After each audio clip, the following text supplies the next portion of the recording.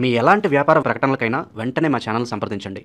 August నెలలో కన్యా రాశి వారికి ప్రస్తుతం ఉన్న గోచారం ఏ రకంగా వీరి మీద ప్రభావం చూపుతుంది, ఏ ఏ విషయాల్లో వీరికి సానుకూలతని ఇవ్వగలుగుతుంది, ఎటువంటి విషయాలు వీరు అప్రమత్తంగా ఉండాలి మొదలైన విషయాలన్నీ కూడా మనం కూలంకషంగా తెలుసుకుందాం. కన్యారాశి వారికి వచ్చేప్పటికీ ఈ నెలలో ముఖ్యంగా మరి ప్రస్తుతం రాజ్యస్థానంలో గురుడు శుక్రుడు అయితే రాశికి అధిపతి, మరి రాశి అధిపతి మోక్ష పొందే స్థానం అయిన బుధుడు ప్రస్తుతం వక్రించి ఇదే నెలలో కొంతవరకు ఉండటం అనేది అయితే జరుగుతుంది. ఎప్పుడైతే వక్రం విడి ముందుకి రావటం అనేది అయితే ఉంటుందో అప్పటి నుంచి క్రమంగా మంచి ఫలితాలు వీరు పొందటం అనేది అయితే ఉంటుంది. ముఖ్యంగా ఇంచుమించుగా మరి ఆగస్టు 30కి వస్తే తప్ప బుధుడు తన సింహరాశికి చేరుకోడు. అయితే ఆగస్టు మధ్య నుంచి క్రమంగా కొంత మంచి ఫలితాలు పొందటం అనేది జరుగుతుంది. అయినప్పటికీ కూడా మరీ భయపడవలసిన రీతిలో కానీ బెంగపడవలసినంత విధంగా కానీ కన్యారాశి వారికి ఈ నెల అంత చికాకైతే కల్పించడం లేదు. ఏదైతే మరి ఈ శ్రావణ మాసం అనేది ఉందో ముఖ్యంగా కన్యారాశి వారికి ఇటు ధనాధిపతి అదృష్టాధిపతి కూడా శుక్రుడు అవుతాడు. కనుక ఈ ధనం అభివృద్ధి చెందాలన్నా మరి భాగ్యోదయం సరిగ్గా కావాలన్నా కూడా వీరు ఖచ్చితంగా ఈ నెలలో శుక్రుడు కనుక లక్ష్మీదేవిని విడవకుండా పూజించుకోవాల్సిన అవసరమైతే కనిపిస్తుంది.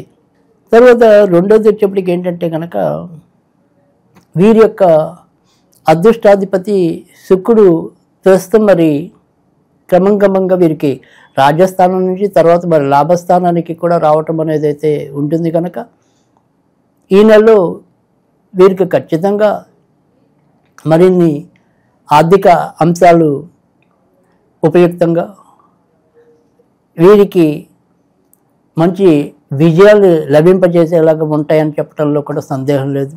కానీ ఏదైనప్పటికీ కూడా ఈ సంపదలు అంటే లక్ష్మీదేవి ఉండటం అనేది ఎప్పుడు కూడా స్థిరం కాదు, చంచలత్వం అని మనం అనేక సందర్భాల్లో అనేక చోట్ల వింటూ ఉంటాం.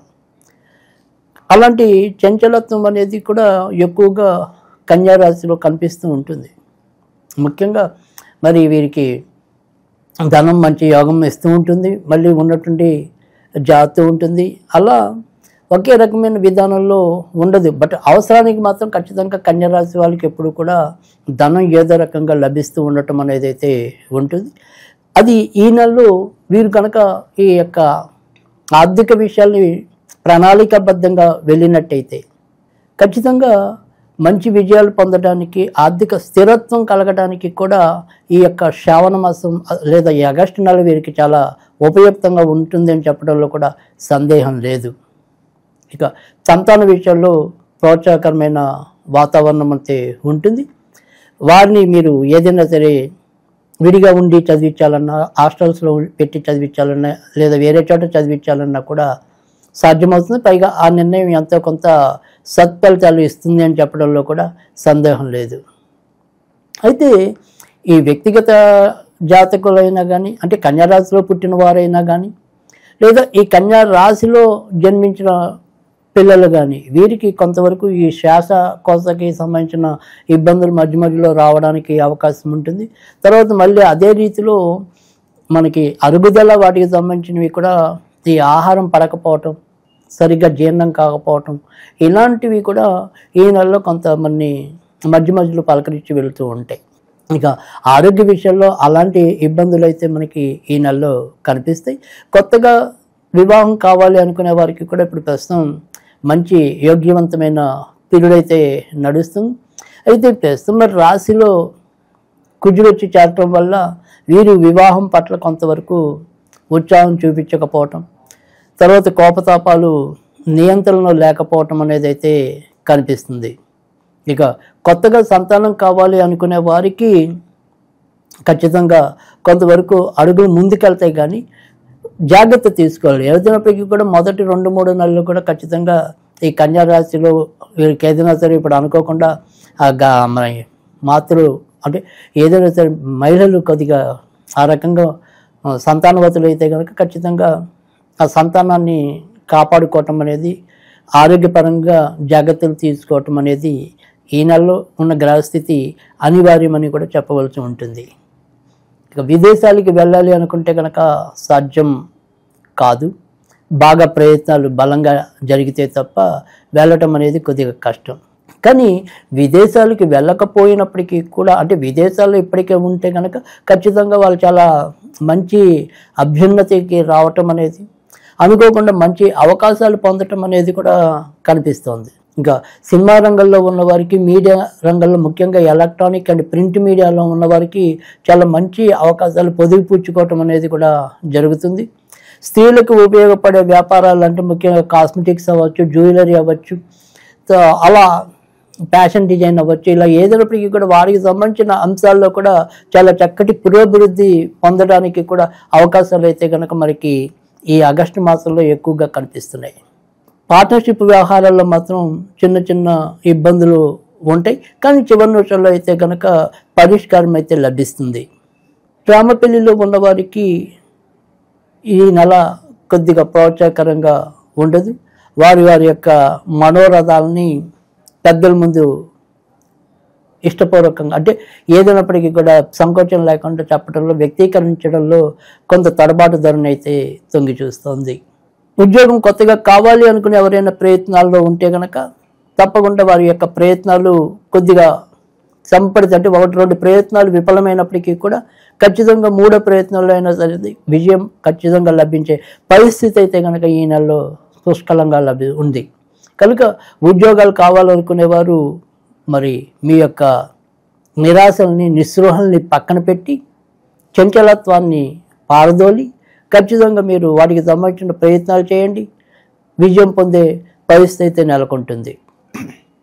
ఇక ఇదే కన్యా రాశిలో పుట్టిన యుక్త వయసు, ముఖ్యంగా అమ్మాయిలు ఎవరైతే ఉంటారో అమ్మాయిలు కొంతవరకు వారి యొక్క ప్రవర్తన విషయంలో కొంతవరకు జాగ్రత్తగా ఉండాలి, లేదా ఆకర్షణల విషయంలో కొంతవరకు ఈ నెలలో జాగ్రత్త తీసుకోవాల్సిన అవసరం అయితే కనుక పుష్కలంగా కనిపిస్తోంది. ఇక వ్యాపారస్తులకి, అంటే మనం ఇందాక చెప్పాం స్త్రీలకు సంబంధించిన వ్యాపారంలో ఉన్న వారికి అయితే కనుక ఇంకా ప్రోత్సాహకరమైన వాతావరణం ఉంటుందని, అలా కాకుండా కూడా మరి భవన నిర్మాణ రంగంలో ఉన్నవారికి మంచి ఫలితాలు ఉంటాయి. తర్వాత మరి గర్భాలకి, అంటే స్త్రీలకు సంబంధించిన ఎవరైతే వ్యాధి నిపుణులు ఉంటారో వాళ్ళకి కూడా చాలా ప్రోత్సాహకరమైన వాతావరణం అయితే కనుక ఈ యొక్క ఆగస్టు నెలలో ఉంటుంది. ఇక ఈ ఆగస్టు నెలలో మరి కన్యా రాశి వారు ఎటువంటి పరిహారాలు పాటించినట్టయితే కనుక మరింత ఆర్థిక ప్రగతిని, సుస్థిరమైన శాంతిని, మనశ్శాంతిని పొందుతారో దానికి మనం ఈ నెలలో ఏం చేయాలి అంటే కనుక ఖచ్చితంగా మరి వీళ్ళు మొదట్లోనే చెప్పుకున్నాం, ఏదైనప్పటికీ కూడా ఈ యొక్క లక్ష్మీదేవిని పూజించవలసిన అవసరం ఉంది అని చెప్పి, తర్వాత ముఖ్యంగా ఏదైనప్పటికీ కూడా వీళ్ళకి వంశపారంపర్యంగా ఈ వరలక్ష్మి వ్రతం చేసుకునే విధానం ఉంటే కనుక తప్పకుండా వీరు మానకుండా చేసుకోవటం అనేది అవసరం. అయితే ఈ వరలక్ష్మి వ్రతం అనేది ఏంటంటే ఈ శ్రావణ మాసంలో మరి 2వ వారంలో చేయాలనేది చాలామందికి అనుకుంటూ ఉంటారు, కానీ ఈసారి మరి మొదలవటమే శ్రావణ మాసం మొదటి శుక్రవారంతో మొదలైంది కాబట్టి 3వ శుక్రవారం అంటే ఆగస్టు 8వ తారీఖున మనం చేసుకోవాల్సిన అవసరం ఉంటుంది. కనుక పౌర్ణమికి ముందు వచ్చే శుక్రవారమే మనకి ప్రధానం. కనుక పౌర్ణమి ముందు శుక్రవారం నాడు ఈ యొక్క వరలక్ష్మి వ్రతం ఆచరించినట్టయితే కనుక మంచి ఫలితాలు ఉంటాయి. కనుక కన్యారాశి వారు ఏమాత్రం అవకాశం ఉన్నా కూడా వరలక్ష్మి వ్రతాన్ని ఆచరించుకోవటం అనేది అవసరం. ఒకవేళ సరే మన ఇంట్లో మనం ఏదైనా సరే ఇలా పూజలు అవి పెద్ద పెద్ద స్థాయిలో చేసుకోలేకపోయినప్పటికీ కూడా ఈ యొక్క శ్రావణ మాసంలో లేదా ఈ ఆగస్టు నెలలో వచ్చే శుక్రవారాలన్నింటిలో కూడా మరి ప్రతి శుక్రవారము లక్ష్మీదేవికి కొద్దిగా క్షీరాన్నం నివేదన చేయటం వల్ల కూడా మంచి ఫలితాలు పొందటం అనేది అయితే ఉంటుంది. ఇక ఈ నెలలో వీరు ఏదైనా సరే కొద్దిగా మంత్రం లాంటిది పఠిద్దాము అనుకుంటే కనుక ఓం శ్రీం